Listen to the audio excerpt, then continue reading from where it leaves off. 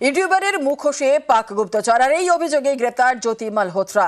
এই জ্যোতি একাধিকবার আসে কলকাতায়, যায় ব্যারাকপুরেও, শেওড়াফুলিতেও যায়। সেখানে তার সঙ্গী ইউটিউবার সৌমিত ভট্টাচার্য।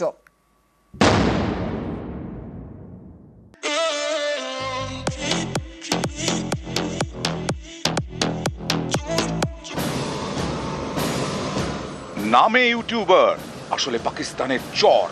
এই অভিযোগেই পুলিশের জালে হরিয়ানার হিসারের জ্যোতি রানী Malhotra. Hey guys, what's up? This is your Joe. Welcome to the channel. Delhi से शियालदा राजधानी लेके पहुंची शियालदा। এই জ্যোতি একাধিকবার কলকাতাতেও এসেছে, গিয়েছে গুরুত্বপূর্ণ সব জায়গায়। फ्लाइट में जाके मैं तो सो जाऊंगी। मॉर्निंग में अगर नींद छूटती है ना तो दिल्ली में শিয়ালদা স্টেশন, কখনো হাওড়া স্টেশন, হাওড়া ব্রিজ, বারাকপুর, শেওড়াফুলি, লিলুয়া, ফেরে কলকাতা বিমানবন্দর হয়ে। Netaji Subhash Chandra international airport. এই সব জায়গার তথ্য কি পাকিস্তানে পাচার করেছে জ্যোতি? সম্প্রতি সে দিল্লি থেকে রাজধানী এক্সপ্রেসে শিয়ালদা স্টেশনে নামে। শিয়ালদা স্টেশন ভারতের অন্যতম গুরুত্বপূর্ণ রেল স্টেশন, রোজ লক্ষ লক্ষ মানুষের যাতায়াত। সেই শিয়ালদা স্টেশনে জ্যোতি। শিয়ালদা স্টেশনে জ্যোতির সঙ্গে দেখা করেন ইউটিউবার সৌমিত ভট্টাচার্য। সৌমিতের বাড়ি আসানসোলে। এই সৌমিত জ্যোতির মতো ঘুরে ঘুরে ভিডিও বানান। कहाँ से मिलेगी लोकल हमारी? टोटल कितने प्लेटफॉर्म है वैसे यहाँ पे? है टोटल 18-20 के आसपास है। শিয়ালদা স্টেশন থেকে কল্যাণী সীমান্ত লোকালে ওঠে জ্যোতি, সঙ্গে সৌমিত। खाली खाली अभी तो मस्त। ট্রেন থেকে নেমে তারা যায় বারাকপুরে, বিখ্যাত বিরিয়ানির দোকানে। বিরিয়ানিও খায় দুজন। বারাকপুরে গিয়ে বিরিয়ানি খাওয়াতে অন্য গন্ধ পাচ্ছেন গোয়েন্দারা। তাদের প্রশ্ন, বারাকপুরে কি শুধুই বিরিয়ানি খেতে গেছিল জ্যোতি? প্রশ্নটা উঠছে কারণ এই বারাকপুরেই রয়েছে সেনার ক্যান্টনমেন্ট। এই কারণেই কি বারাকপুরে যায় জ্যোতি?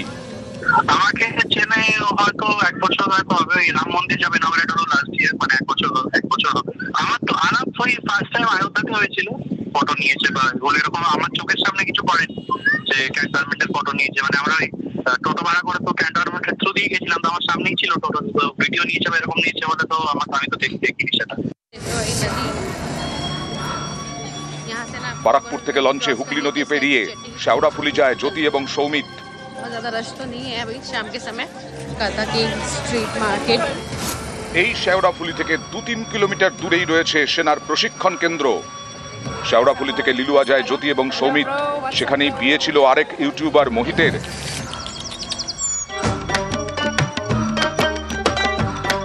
মেহেন্দি থেকে বিয়ে, 2 দিন অনুষ্ঠানে হাজির ছিল জ্যোতি, সঙ্গে ছিল মোহিত। কলকাতা में आई, यहाँ का पुचका नहीं खाया। ফুচকা খুব ভালো। জ্যোতি এবং সৌমিত কলকাতায় 2 ব্লগ পার্টনার। কাশ্মীরেও তারা একসঙ্গে। और यहाँ पे हमें मिले हैं ट्रैवल विद सौमित। मिल चुके हैं, इधर बहाना दिखा रहे हैं। 22 এপ্রিল পহেলগাঁওয়ে হত্যা লীলা চালায় পাক জঙ্গিরা। সেই পহেলগাঁওতে একটি রিসর্টে গিয়ে ওঠে জ্যোতি মালহোত্রা। সেই রিসর্টে ছিলেন আরো 2 ব্লগার, ওড়িশার প্রিয়াঙ্কা সেনাপতি এবং আসানসোলের সৌমিত ভট্টাচার্য। कॉफी पी लेते। चियर्स। इतना सब कुछ खाने के बावजूद भी भूखे। জ্যোতি মালহোত্রা ব্লগারের আড়ালে পাক চর। এই অভিযোগে গ্রেফতার। জ্যোতি একাধিকবার পাকিস্তান গিয়েছে। Welcome to Pakistan. ওয়াঘা বর্ডারের নিরাপত্তা কর্মীর সঙ্গেও তার ভালো সম্পর্ক, সেটা তার ব্লগ দেখলেই বোঝা যাবে। Welcome to Pakistan. क्या हाल है? जी इस्लाम बिल्कुल सब खैरियत। पहले नवंबर में भी आई थी। जी हाँ, नवंबर में नहीं, मैं अप्रैल में आई थी। अप्रैल में जी। काल जी किवे हो जी मैम? मैं बिल्कुल ठीक, किसी कैसे हो? मैं बहुत बढ़िया। এই দেখুন, একজন সাধারণ ব্লগার পাকিস্তানে গিয়ে পাঞ্জাব প্রদেশের মুখ্যমন্ত্রী মারিয়াম নওয়াজ শরীফের সঙ্গেও দেখা করে জ্যোতি। এটা কিভাবে সম্ভব বলুন তো? একজন সাধারণ ব্লগার, হরিয়ানার মেয়ে, সে কিনা পাকিস্তানে গিয়ে হুজহুদের পার্টিতে যাচ্ছেন, তাদের সঙ্গে গল্প করছেন। এর থেকেই সন্দেহ জোরালো হয়, দাল মে কুছ কালা হ্যায়। 22 এপ্রিল পহেলগাঁওয়ে হামলা চালায় পাক জঙ্গিরা। সারা দেশ তখন বদলার দাবিতে ফুটছে।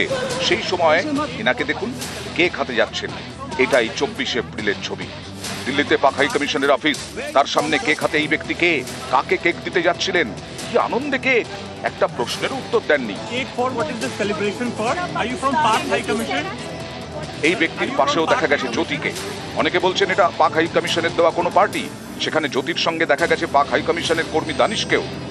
ট্রাভেল ব্লগার, পাক গুপ্তচর, দেশে বিদেশে ঘোরার নামে তথ্য পাচার, গোয়েন্দাদের কড়া নজর এই জ্যোতি মালহোত্রার দিকে। নিউজ 18 বাংলা। আকাশের কেরামতিতে কুপকাত পাক, ভারতে তৈরি এয়ার ডিফেন্স সিস্টেম আকাশ, পাক ড্রোন হামলা ব্যর্থ করে আকাশ।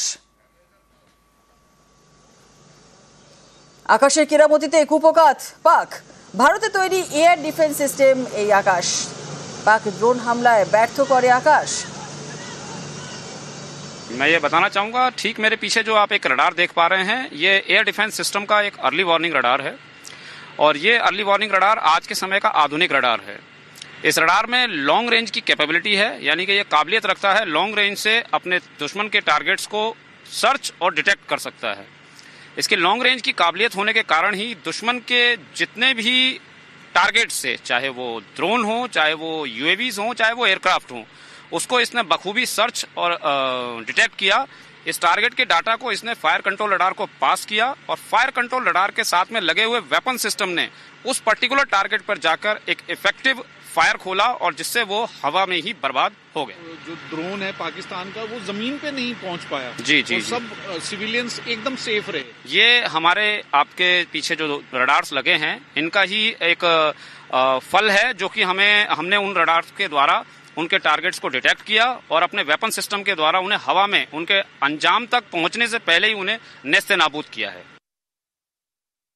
ऑपरेशन सिंदूर के जरिए इंडियन आर्म्ड फोर्सेस ने एक बेहतर सिनर्जी और कोऑर्डिनेशन का परिचय दिया है और इसी कोऑर्डिनेशन में आकाशतीर जैसे सिस्टम्स ने एक महत्वपूर्ण रोल निभाया है। इस समय मेरी मौजूदगी एक ऐसी अनआइडेंटिफाइड जगह पर है जहां पर मैं आपको आकाशतीर की वही कंट्रोल यूनिट दिखा रहा हूं जिसका इस्तेमाल ऑपरेशन सिंदूर में किया गया था। दरअसल ये एक यूनिट है जिसके माध्यम से किसी भी तरह के थ्रेट को डिटेक्ट, आइडेंटिफाई और एंगेज करने का काम किया जाता है। इस सिस्टम के माध्यम से इंडियन आर्मी के जो जवान हैं, खासतौर पर आर्मी एयर डिफेंस यूनिट के जो जवान हैं, वो किस तरह से जो तमाम डेटा उनके पास आ रहा है उस पर काम कर रहे हैं।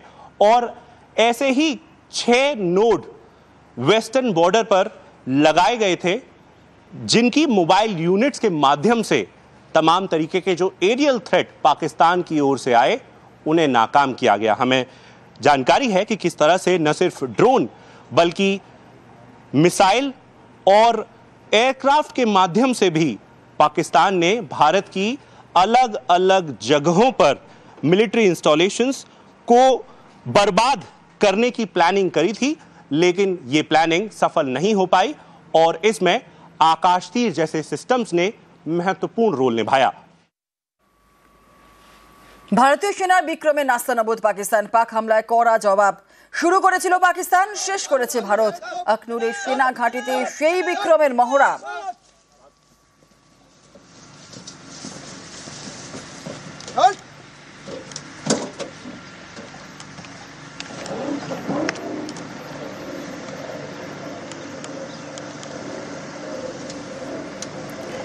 ভারতীয় সেনার বিক্রমে নাস্তানাবুদ পাকিস্তান, পাক হামলার কড়া জবাব শুরু করেছিল পাকিস্তান আর শেষ করেছে ভারত। আখনুরের সেনা ঘাঁটিতে সেই বিক্রমের মহড়া।